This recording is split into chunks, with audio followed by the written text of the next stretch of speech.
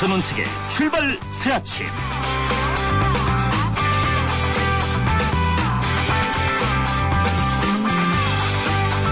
청취자 여러분 안녕하십니까. 출발 새 아침의 전원책 변호사입니다. 얼마 전 프레드릭 슈나이더 교수는 우리 지하경제 규모를 GDP 대비 26.3%로 분석하면서 자영업이 지하경제의 44.3%라고 추산했습니다. 글쎄요, 먼 나라 오스트리아의 교수와 어떻게 세세히 알 수 있겠습니까마는 하나 분명한 것은 우리 지하경제가 슈나이더 교수가 분석한 것처럼 구소련 수준은 아니라는 겁니다. 그래도 자영업자들이 비중이 높은 건 사실인데요. 슈나이더 교수처럼 저는 우리 자영업자들 모두 소득을 숨기고 검은 돈을 창출하는 지하경제의 범인이라고 보지는 않습니다. 물론 일부 고소득 자영업자들은 예외겠지만 대부분의 자영업자들은 하루하루 건건히 살아가는 서민임이 분명합니다. 불황에는 자영업자들이 제일 먼저 타격을 받습니다. 전 세계 문명국이 89개국이라고 합니다. 하나같이 자본주의 국가이며 민주주의 국가입니다. 자본주의의 매력이 무엇입니까? 누구든 재능을 가지고 노력하면 성공할 수 있다는 거죠.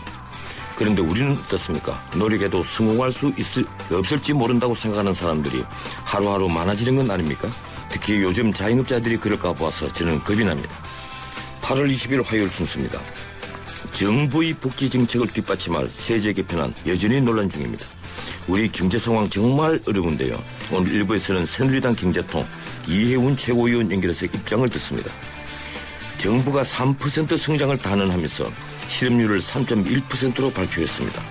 세계 최고 수준이죠. 그런데 지금 고용률 70%는 정부의 화두가 되어 있습니다. 고용률 70%, 실업률 3.1%의 허실, 2부에서 전문가로부터 짚어봅니다. 이집트 과도 진공과 무슬림 형제단의 충돌은 거의 내전 상태로 악화되고 있습니다.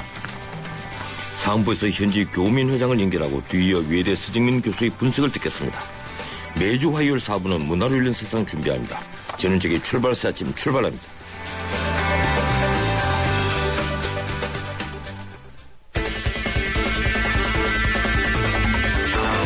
발빠른 뉴스, 진실보도의 자존심, 전원책의 출발 새 아침 뉴스 헤드라인. 주요 뉴스 살펴드립니다. 뉴스 헤드라인 시사평론가 이종훈 박사 나와 있습니다. 안녕하세요. 네, 안녕하세요. 예, 어제 국정원 국정조사 청문회, 역시 여야의 관심자가 굉장히 컸죠? 네, 그렇습니다.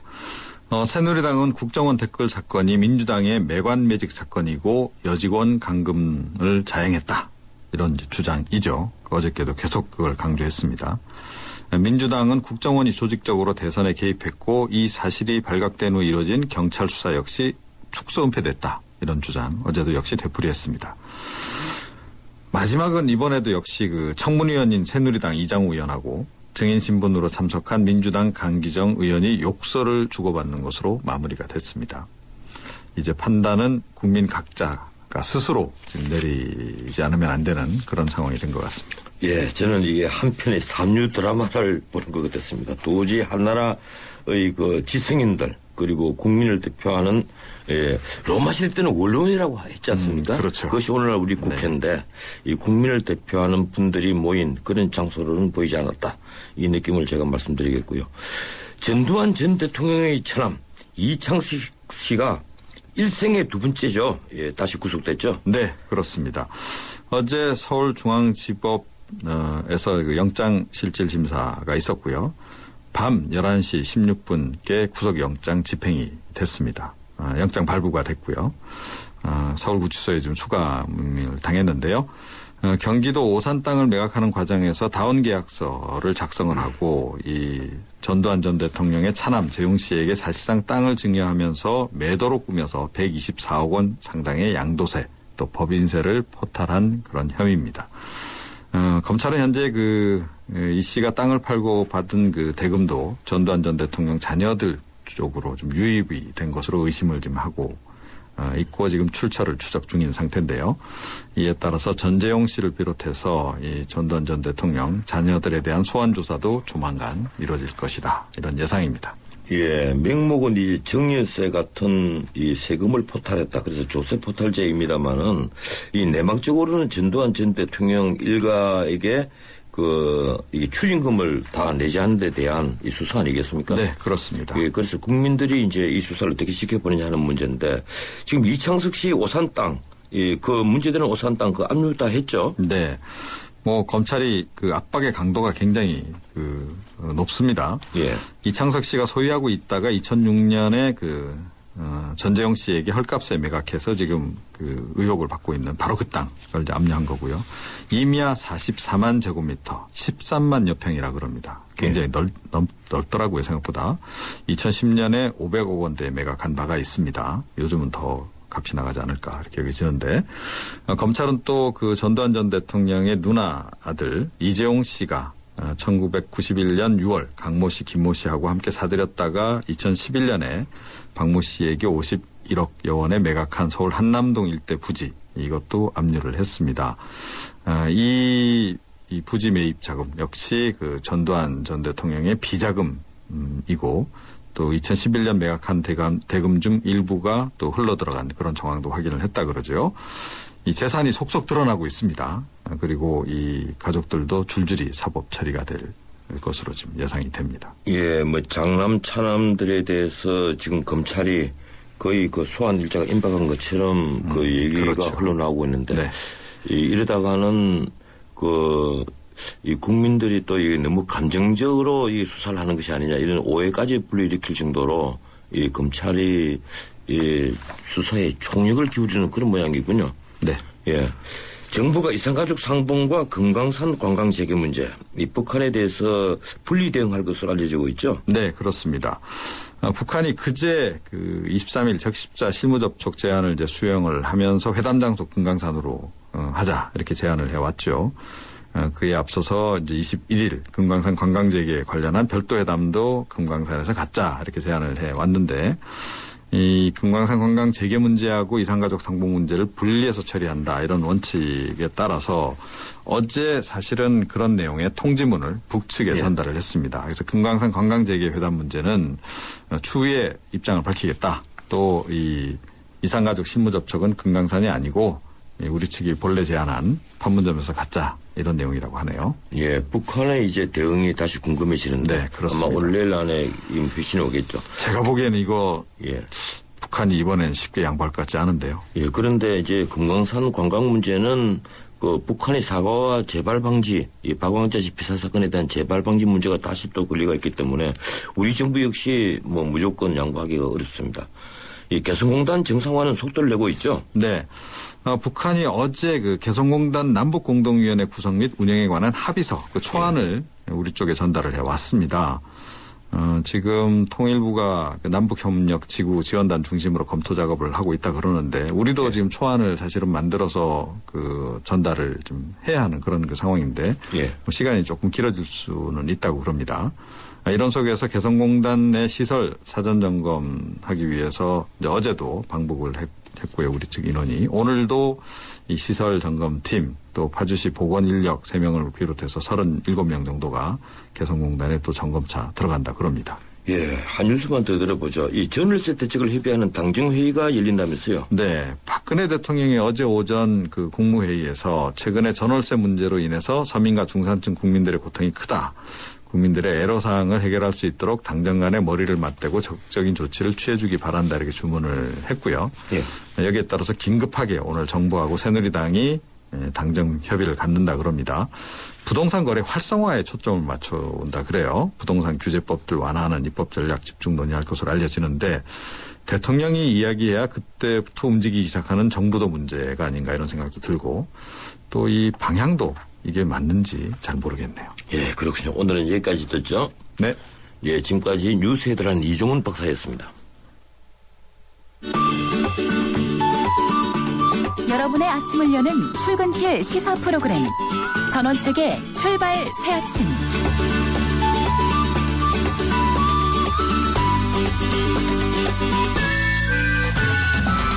박근혜 정부 복지 정책을 뒷받침할 재원은 여전히 문제입니다. 성장률은 아직 2%대에서 전반기 세수 부족만 10조 원인데요. 세제 깊이 나는 중산층의 반발에 좌초했습니다. 대통령이 재검토를 지시한 지 하루 만에 발표한 수정안도 야당의 반발에 부딪혀 있습니다. 민주당은 법인세 인상과 부자 증세를 요구하고 있죠. 국채와 공기업 부채 등 국가 채무는 800조를 넘어선 상황이라 빚을 더 내기도 어렵습니다. 자, 어떻게 해야 할까요? 오늘은 새누리당의 대표적인 경제통행 이해운 최고위원 연결합니다. 세제 개편을 비롯한 경제 상황 전반에 대한 입장을 듣겠습니다.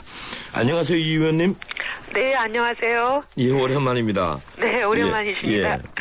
박근혜 대통령이 원점 재검토를 지시한 지 이제 하루 만에 13일 그 세제 개편 수정안이 발표되는데요. 이 세금이 넣는 그 소득계층을 연봉 3,450만 원에서 사실상 7천만 원 정도로 높인 겁니다. 이 수정안에 대해서 새누리당이 의총을 갖기도 했는데 이 하루 만에 수정안이 나온 것을 두고 발빠른 대응이라는 평가가 있지만 또 졸속 수정안이다 이런 비판이 여전하거든요. 우리 이 의원님께서 어떤 의견이십니까? 뭐 문제가 있다는 걸 인정을 했다면 한시라도 빨리 고치는 게 좋지 않겠습니까? 하지만 뭐 더 좋은 것은 이런 고칠 일을 안 만드는 게 더 좋았다고 보이기는 하죠. 근데 이제 뭐 정부가 의욕적으로 일을 하다 보면 뭐 세금을 더 거둘 수 있는 일이 생기기도 하죠. 하지만 이제 문제를 더 거두려면은 그 전에 해야 될 일이 있었는데 그걸 좀 하지 않지 않았나 그런 생각이 들긴 합니다. 첫째 이제 내가 내는 세금이 나라를 위해 꼭 필요한 지출에 쓰인다는 확신을 정부가 국민에게 줘야죠. 예. 그리고 둘째는 내야 할 세금을 안 내고 도망다니는 사람들을 뭐 힘 있다고 빼주거나 돈 있다고 빼주지 않고 제대로 잡아준다는 확신, 이 두 가지 확신을 정부가 국민에게 심어줘야 누구든지 기꺼이 세금을 내지 않겠습니까? 예. 그런데 이번에는 두 가지 다 좀 부족했던 것 같다 이런 생각이 듭니다. 예, 그렇군요. 이 대통령 복지 공약을 실천하기 위해서 5년간 필요한 돈이 135조다. 이것이 이제 박 대통령 가계부입니다. 그런데 그 중에 그 뭐 오락가락 했죠. 처음에는 세출개혁 100조에다가 지하경제 양성 50조 이러다가 결국 그 마지막 가계부 내놓았을 때는 세출개혁 83조 5천억, 지하경제 양성화 등 세수정대 51조 이렇게 돼가 있습니다. 근데 제가 보기에는 이게 말처럼 쉬운 게 아니고 특히 지하경제 양성화 이건 너무 주먹구구 아니냐 이런 생각이 드는데 이래서 세제 개편안이 나온 것으로 이제 세제 개편에 나온 것으로 저도 알고 있습니다. 저도 이제 거기 위원인데요. 이 기본적으로 제가 이 의원님의 그부터 여쭤보겠습니다. 이게 135조를 마련하는데 세출계획 83조, 지하경제 51조 이게 어떻습니까? 가능할 것으로 보십니까? 첫째 이제 그 두 개가 가능하냐 안 하냐를 얘기하기 전에 먼저 그럼 135조면은 공약에 충분하냐? 거기 빠진 게 하나 있죠. 이건 중앙정부 공약을 실천하는 데 드는 돈이라고 치고 지방정부 공약에 드는 돈이 하나도 여기 포함이 안 돼 있는 거죠. 그렇죠. 예, 여기에 맞먹는 만큼의 지방정부 공약에 필요한 돈이 더 드는 거죠. 일단 124조라고 정부가 발표를 했는데 이것만 갖고도 되나 안 되나 말이 많지만 정부가 발표한 124조가 든다고 치더라도 거의 여기에 맞먹는 돈이 더 들어간다는 얘기입니다. 예. 일단 그러면은 경제 성장이 정부가 예상하는 대로 된다고 가정을 하고 그러면 지금 말씀하신 세출개혁 한 83조 2배쯤 더 들고 지하경제 양성화로 한 51조 된다고 얘기하는 여기 한 2배는 더 걷어야 된다는 그런 계산이 대충 나오는 거죠. 예. 사실상 쉽지 않은 거죠. 예. 그렇게 봐야 현실적일 겁니다. 또 세출계획을 83조라고 하니까 그러면 그동안의 예산을 계속 낭비한 것이냐 또 이런 말이 나올 수도 있는 것이거든요. 예, 그것도 어려운데 그거의 2배나 더 있어야 되니까 사실상 어렵다고 보는 게 현실적으로 보는 거 아니겠냐 하는 거죠. 그리고 지하경제 이제 양성화도 보면 대부분 전문가들이 아무리 많이 해도 원래 1년에 한 4, 5조 정도 보는 게 최대치 아니겠느냐 하는 게 통상적인 얘기거든요. 그러면은 1년에 4, 5조면 5년이면 25조를 보는 게 최대치로 보는 거다라는 건데 근데 거기에 이제 필요한 돈은 지금 이렇게 되면 한 4배가량이 되는 거죠. 예. 근데 이 사정이 이런데 왜 대통령에게 직언하는 사람이 없을까요? 우리 부총리가 결단을 하셔야죠. 예, 그래서 말입니다. 근데 또 두 번째로 이걸 좀 미리 여쭤보겠습니다. 이 보편적 복지를 하려면 뭐 저는 늘 그렇게 주장을 합니다. 보편적 납세를 먼저 하고 만약에 보편적 복지를 그대로 하겠다면 말이죠. 네. 그리고 또 보편적 납세를 한 다음에는 보편적 정세를 해야 되지 않겠느냐. 지금 우리가 소득세 경우에 면제자가 50%입니다. 이 보편적 납세가 안 되는 얘기거든요. 어떻게 보십니까? 저는 사실 보편적 복지 자체를 반대하는 사람입니다. 예. 보편적 복지 자체를 하기 위해서는 엄청난 돈이 들지요. 저는 복지 자체도 효과를 극대화해야 된다고 봅니다. 돈을 걷어서 나눠주는 가정 자체는 불필요한 누수가 생길 수밖에 없습니다. 이 누수를 최대한으로 줄이는 것, 이게 중요한 거거든요. 예. 그래서 보편적 복지를 하려면 많이 걷어서 많이 나눠줘야 하는데 그럼 많은 누수가 생길 수밖에 없는 거 아니겠습니까? 그리고 또 공짜로 복지를 준다 이렇게 되다 보면은 사람들이 낭비를 하는 개념이 안 생길 수가 없거든요. 결국 낭비를 막기가 힘든 겁니다. 예. 복지도 적은 돈으로 효과를 극대화하는 것이 서로에게 좋은 겁니다. 요약해서 말씀을 드린다면 적은 돈으로 꼭 필요한 사람에게 꼭 필요한 혜택만큼을 주는 그런 복지. 그게 이제 저희들이 얘기하는 선택적 복지인데 결국은 그렇게 가는 것이 모두에게 좋은 것 아니냐 하는 생각을 갖고 있기 때문에 저는 보편적 복지 자체를 반대하는 사람이지만 그 문제와 별개로 아까 말씀하신 50%나 되는 이 면세자 범위는 너무 넓은 것 아니냐. 거기에는 저는 찬성하는 사람입니다. 그래서 이 문제는 개선의 여지가 있다. 해야 된다. 이렇게 보는 사람입니다. 예, 지금 우리가 보편적 복지를 하자면 이 서구 모델을 따라가야 되는데 그렇다면 역시 우리가 부가세 같은 소비과세와 소득세를 높여야 되고 그 반대로 법인세와 재산세는 낮춰야 되거든요. 근데 지금 우리 또 세제 방향은 그거와는 정반대입니다. 그래서 제가 왜 정부가 국민을 설득하지 않느냐, 보편적 복지를 하려면 설득을 해야 되지 않겠느냐, 이런 생각에서 드린 말씀인데, 어떻습니까? 이게 우리가 소비과세 같은 부가세를 높이면 반발이 굉장히 클 텐데요. 그렇죠. 사실 서구에 비해서 소득세하고 부가세가 낮은 건 사실인데 근데 이제 많은 분들이 오해하고 계시는 것 중에 하나가 법인세가 서구에 비해서는 높다. 이렇게들 잘못 알고 계셔요. 근데 이건 전혀 사실이 아니고 법인세는 우리가 세계에서 가장 낮다고 알려져 있는 홍콩이나 싱가포르 수준과 유사합니다.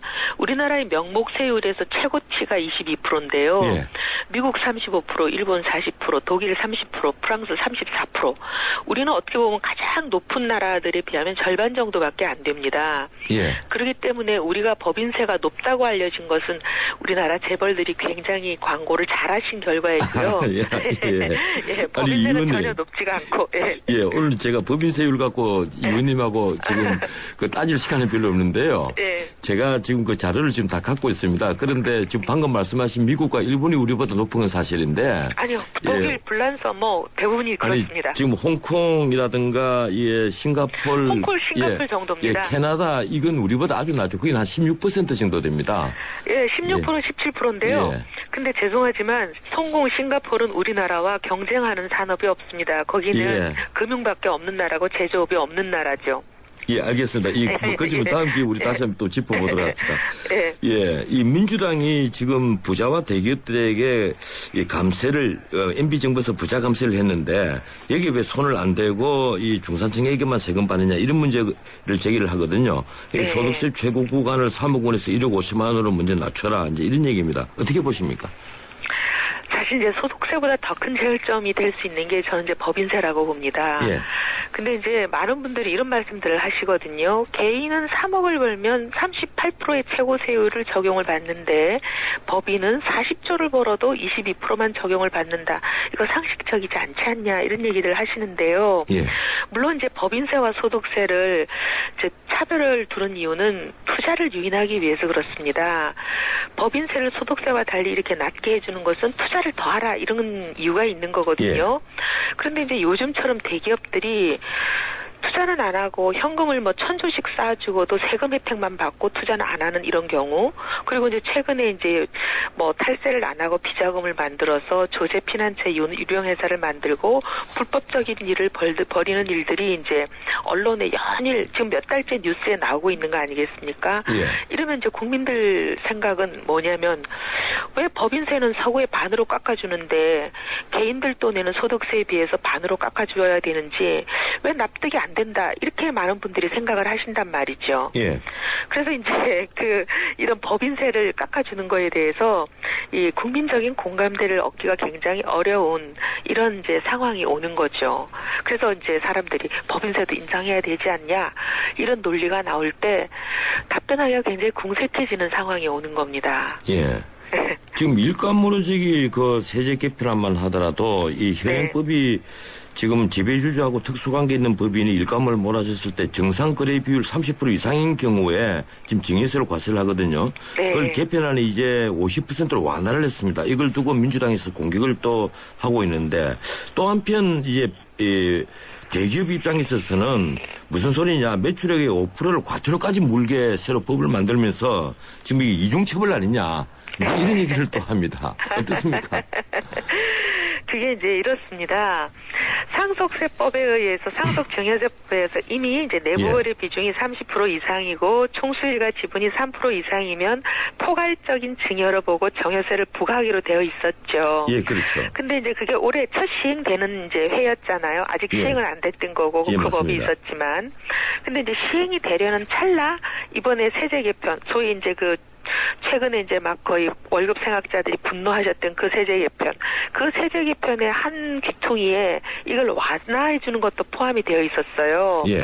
그래서 내부거래 비중은 50%로 올려버려가지고 굉장히 완화가 됐고, 그다음에 총수일가의 지분 요건도 5%로 이제 완화가 된 거 아니겠습니까? 예, 그렇죠. 근데 요거와 또 다른 법에 공정거래법 개정이 이번에 또 있었죠. 예. 그래서 이제 이거는 다른 내용인데, 총수 일가가 사익 편취를 하지 말라라는 취지로 부당 내부 거래를 금지하는 거예요. 그냥 내부 거래가 아니라 이거는 예. 부당 내부 거래. 일반 시장 가격과 달리 뭐 예를 들면 단가를 상당히 낮게 쳐준다든지 하는 부당한 내부 거래에 대해서 과태료를 매기는 거거든요. 이건 두 개의 예. 다른 사안이에요. 엄밀히 말하면 두 개의 다른 범법 행위에 대해서 각각 다른 처벌을 하는 거죠. 예. 예를 들면은 어떤 사람이 빨간불에 시속 120km로 지나갔다.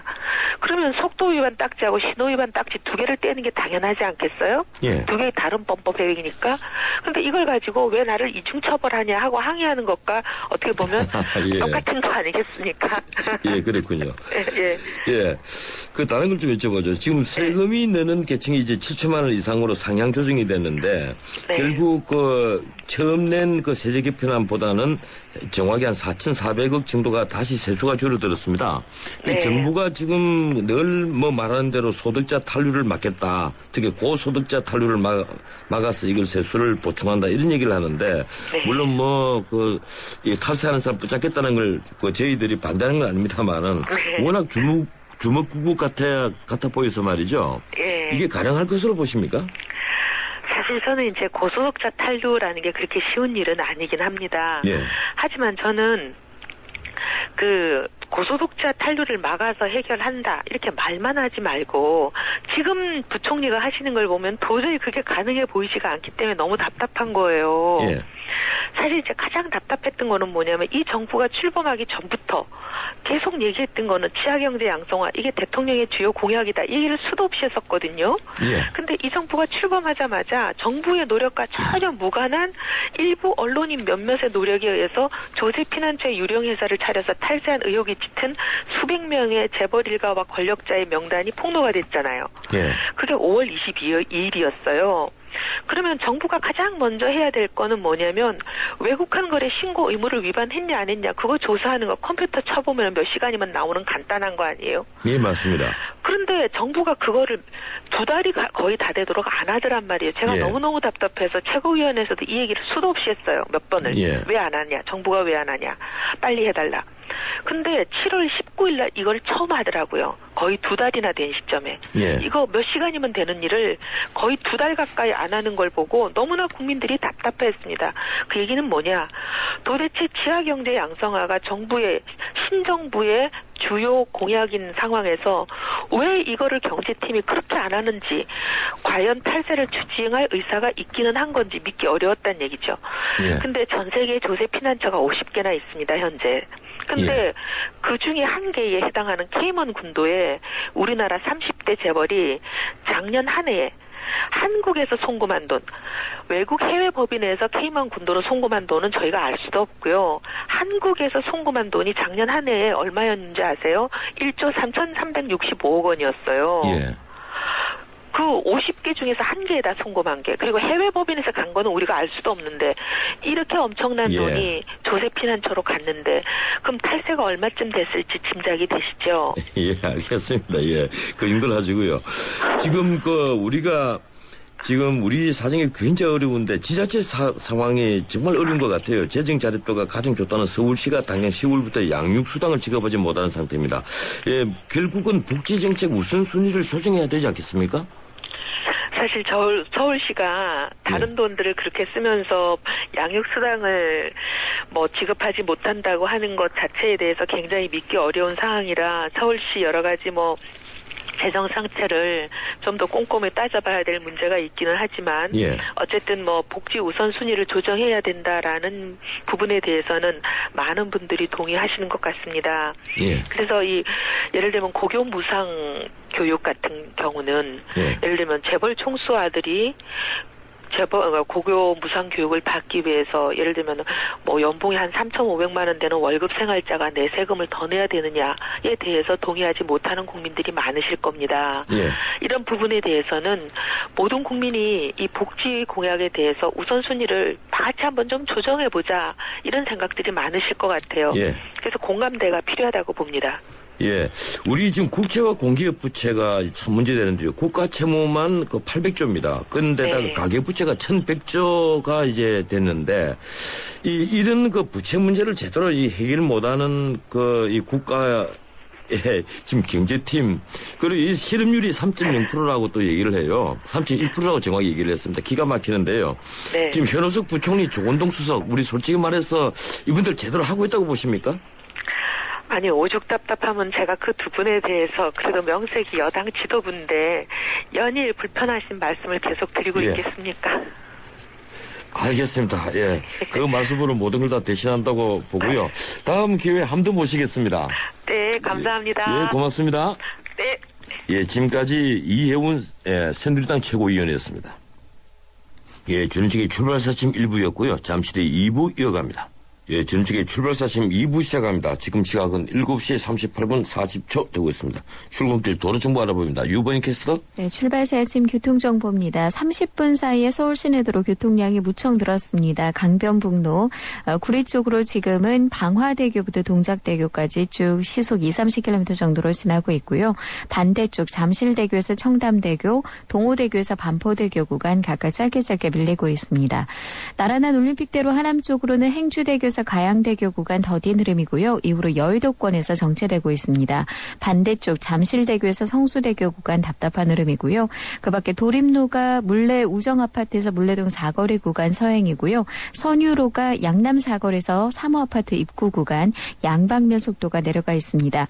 국회대로는 신월나들목에서 영등포 구청까지 정체되고 있고요. 강남대로가 양재역에서 신세역 구간 양방면 서행하고 있습니다. 남부순환로 양재역에서 예술의 전당까지 시속 20km 정도로 지나고 있습니다. 지금까지 출발새 아침 교통정보 유보연이었습니다. 뉴스의 체감 온도를 높여드립니다. 전원책의 출발 새 아침. 얼마 전 현호석 경제부총리는 세종문화회관에서 열린 방송기자클럽 토론회에서 우리 경제가 올해 3% 성장을 할 것이라고 단언했습니다. 이와 맞물려 정부 역시 일자리 창출을 경제정책의 최우선 과제로 삼겠다고 밝혔습니다. 통계청이 지난 7월 10일 발표한 6월 고용 동향에 따르면 실업률은 3.1%입니다. 세계 최고 수준이죠. 일자리 창출은 박근혜 대통령이 고용이 무엇보다 중요하다며 일자리 창출 주문을 내자 고용을 획기적으로 늘릴 대책이 뚜렷이 없는 각 부처의 화두가 되어 있는 말입니다. 박근혜 대통령의 공약이기도 한 고용률 70%가 정부의 절대적인 목표가 된 겁니다. 그러나 세부적인 고용률을 집계하는 데 있어서 정부와 민간의 시각차가 있고 경제 성장이라는 관점도 조금 엇갈리고 있습니다. 고용률 70% 달성을 둘러싼 경제 정책의 허와실, 한국경제연구원 거시경제연구실장이죠. 변양규 박사 전화 연결해서 알아봅니다. 변 박사님 안녕하세요. 네, 안녕하세요. 예, 박근혜 정부 출범부에 각 부처에서 발표한 일자리가 무려 255만 개입니다. 이 고용률 70%를 달성하기 위한 목표 238만 개보다 17만 개가 더 많은데요. 예, 어떻습니까? 이 민간기업과 고용 전문가 사이에서 일자리 부풀리기라는 비판이 있는데요. 예, 어떻게 보십니까? 네, 우선 지난 10년 동안 우리 경제의 성과를 한번 볼 필요가 있을 것 같습니다. 예. 10년 동안 우리 경제는 1년에 평균 한 25만 개 정도의 일자리를 만들었습니다. 예. 그러니까 10년치 일자리를 5년 안에 만들겠다는 목표거든요. 예. 예, 그러다 보니까 아무래도 다소 어려운 목표인 것만은 사실이고 또 한 가지 문제되는 거는 이 각 부처별로 중복되는 부분이 있기 때문에 과대 전망됐을 그런 가능성이 있습니다. 그래서 개인적인 판단이지만 전망이라기보다는 정부의 목표치라고 보는 것이 좀 타당하지 않을까 하는 생각이 드네요. 예, 부처에서 특히 중복됐다. 예, 근데 지나치게 정부 주도, 이 정책 위주의 일자리 창출했다 이런 시각이 있는데 그건 어떻습니까? 네, 아무래도 그런 걱정이 있는 것은 자연스럽다고 생각합니다. 우리나라 지금 현재 15세에서 64세 고용률이 64.2%입니다. 예. 5년 사이에 한 5.8%포인트를 높이겠다는 목표인데요. 예. 뭐 숫자상으로 봐서는 불가능한 건 아닙니다. 예를 들면 네덜란드 같은 경우에는 1984년에 고용률이 50.1%밖에 안 됐는데요. 5년 사이에 10.1%포인트나 높였습니다. 그래서 이제 수치상으로 봤을 때는 불가능한 문제는 아닌데, 이제, 중요한 건 일자리라는 것은 강제로 만드는 것이 아니고요. 예. 일자리가 만들어지게 여건을 조성하는 게 제일 중요합니다. 그런데 지금 현재 보면 정부가 직접 나서서 일자리를 너무 만들려고 하다 보니까, 잘못하다 보면 단순히 공무원 수만 늘리는 결과를 초래하지 않을까 하는 그런 우려가 있습니다. 예. 아까 그 정부 부처에서 일자리를 갖고 계산을 하면서 중복이 됐다 이런 얘기를 했는데 그뿐만 아니라 이것이 너무 분식되어 있는 것이 아니냐 이런 지적이 많습니다. 예. 근데 미래부 같은 경우가 2017년까지 92조를 투입해서 과학기술 연구개발을 해서 64만 개의 일자리를 만들겠다. 거의 뭐 주먹구구로 보일 정도의 숫자거든요. 네. 예, 그래서 저희들 좀 살펴보니까 이 해당 사업에 직접 관여되지 않은 이런까지도 이 간접 유발 효과다 이래 포함을 또 시켜놨더라고요. 어떻게 보십니까? 아무래도 좀 일자리가 만들어지는 거에 대해 정확한 설명이 필요한 것 같아요. 예. 우선 예를 들어 과학기술 R&D에 돈을 투자를 하면 당연히 과학기술 일자리가 생깁니다. 하지만은 이런 일자리로 인해서 또 간접적으로 생기는 다른 일자리가 있습니다. 예를 들자면 과학연구소가 생겨서 과학 인력이 일자리를 얻고 또 단지 내 뭐 예를 들면 어린이집이 생기면서 보육교사 일자리도 생길 수 있습니다. 예. 그런데 이런 간접 유발 효과, 즉 보육교사 일자리를 포함하는 것 자체가 틀렸다는 건 아니지만은 문제는 예. 앞서 설명드린 것처럼 이 보육교사 일자리는 예를 들어 보건복지부 일자리 창출에 이미 계산될 가능성이 크다는 것이죠. 예. 그러다 보면은 아무래도 모든 부처가 목표한 만큼 일자리를 다 만들어도 전체를 합해보면 255만 개 일자리가 안 만들어질 그런 가능성이 있다는 점을 알아야 할 것 같습니다. 예, 저희들이 우려를 하는 것이 이게 대통령께서 그 일자리 창출이 아주 중요하다. 이렇게 화두를 던져주니까 각 부처에서 경쟁적으로 이걸 탁상해서 만들어낸 숫자 아니냐, 이제 이런 얘기입니다. 예, 그렇죠. 예. 아무래도 숫자라는 것이 목표가 정해지다 보니까 모든 부처에서 궁극적으로 숫자를 내놔야 된다는 그런 상황이기 때문에 조금 부풀리기가 있지 않았나 하는 그런 생각도 듭니다. 예, 그렇죠. 뭐 미래부 같은 경우에는 제가 오늘 계속 미래부를 자꾸 짚는데 미래부 같은 경우는 사회부 최정예 정보보호 인력을 5,000명 양성한다 이랬는데 국내 관련학과 정원을 살펴보니까 연간 200명에 불과하더라고요. 네. 그 5,000명을 수입할 수도 없는 것이니까 참 이 기가 막힌다는 생각이 드는데 이 우선 70% 목표가 이게 좀 급급한 목표 아니냐 이제 이런 생각이거든요. 그래서 정부가 지금 내놓은 얘기는 시간제 일자리, 근로시간 단축, 여성 일자리 확충 뭐 이것을 정부 추진 핵심 과제라고 얘기를 하는데 네. 이것이 과연 양질의 일자리도 아닐 뿐 아니라 이것만으로 70%가 가능하긴 가능한 겁니까? 아주 극단적인 예를 들자면 모든 사람이 반만 일하고 예, 일자리를 반으로 나눈다면은 뭐 가능하겠죠. 하지만 문제는 앞서 설명하신 것처럼 일자리의 질이 문제고 예. 또 더 중요한 것은 정부가 돈을 들여서 일자리를 만든다면 지속성이 없습니다. 예. 돈을 들인다는 건 결국 예를 들어 세금을 더 걷던지 국채를 발행해서 미래 세대로부터 돈을 빌려와가지고 일자리를 만드는 것뿐이거든요. 예. 그렇기 때문에 지속성이 없기 때문에 아무래도 시간제 일자리나 근로시간 단축, 여성 일자리 확충 등은 정부가 직접 나서서 일자리를 만든다는 것보다는 오히려 이런 일자리들이 생길 수 있는 노동시장 그 제도를 개선하는 쪽으로 초점을 두는 게 더 바람직하지 않나 하는 생각이 듭니다.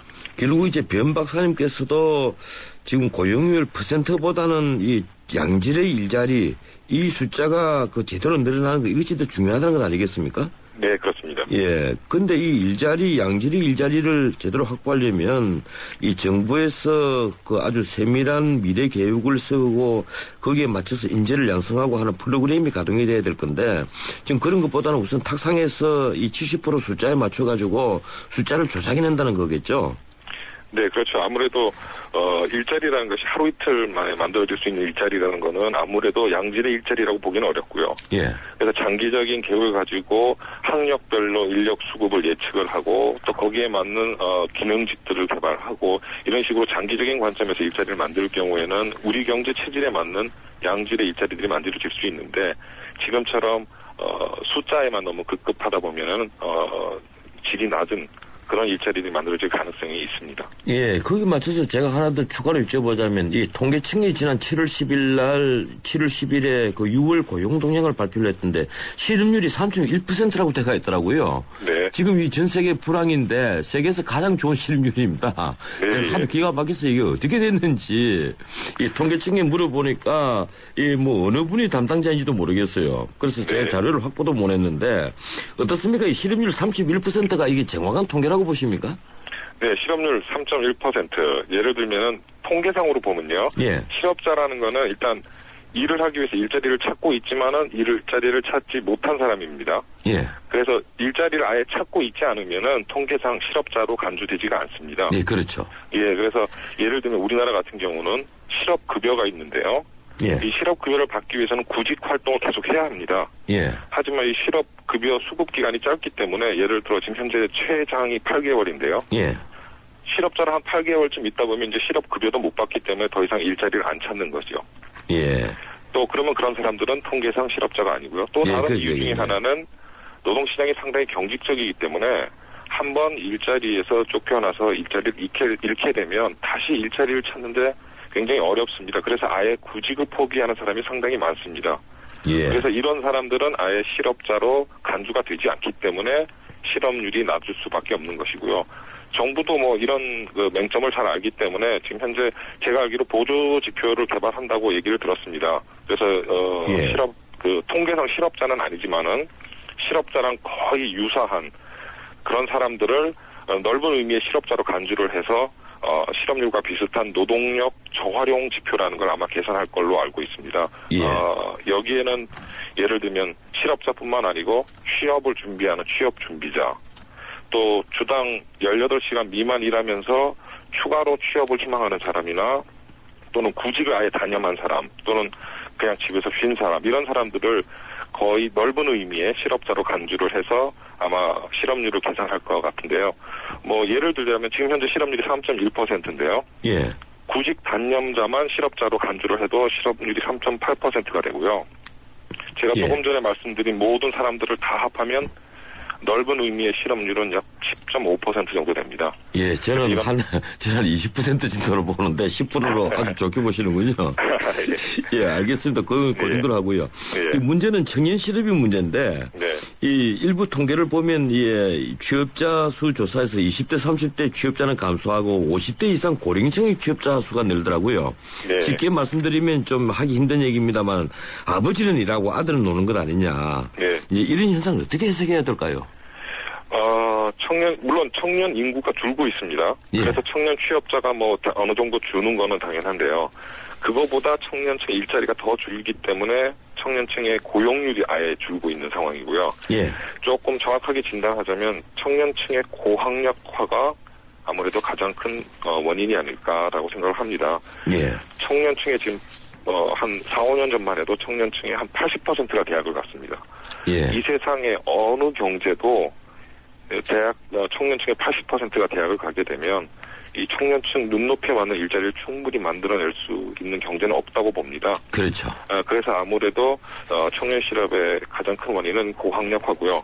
뿐만 아니고 대학만 나오면 좋은 일자리가 생기겠지라고 믿는 젊은 친구들도 그렇고 또 과거 20, 30년 전의 경험을 바탕으로 우리 아들, 우리 딸들은 대학만 나오면 좋은 직장을 가질 거라고 교육에 열심히 투자하시는 부모님도 솔직히 말씀드리면 약간의 원인을 제공하고 있다고 봐야겠죠. 예, 이제 시간이 거의 다 됐는데요. 예, 결국 이 대학 구조 조정이 필요하다는 말씀이신데, 예, 하나만 더 여쭤보겠습니다. 네. 예, 기획재정부하고 한국개발연구원 KDI가 최근에 경제 동향 분석한 게 엇갈리고 있습니다. 네. 정부는 이 기획재정부는 낙관적이고 KDI는 좀 부정적인데요. 네. 예, 시간이 한 40초 남았는데 어떻게 보십니까, 우리 변 박사님께서는? 우리 네, 경제 기재부는 앞으로 나아질 것 같아요? 기재부는 아무래도 조금 낙관적인 전망을 하면서 예. 인간 회복세가 확대되는 그런 여건을 조성하려고 하는 것 같고요. 예. KDI 같은 경우는 아무래도 국내 소비가 여전히 부진하다는 점을 들어서 경기가 좀 조심해야 되겠다 이렇게 보고 있고, 저희 연구원 의견으로는 아무래도 중국 경제 부진이 상당히 지속될 것 같습니다. 그리고 예. 그뿐만 아니고 부동산 시장 침체나 가계부채 때문에 경기가 조금 회복되더라도 이 회복이 소비로 연결되기가 어렵다고 판단이 됩니다. 그래서 매수가 약간 위축되면서 금년 연말까지는 현재 상황에서 크게 개선될 가능성은 상당히 낮다고 보고 있습니다. 예, 고맙습니다. 여기까지 듣겠습니다.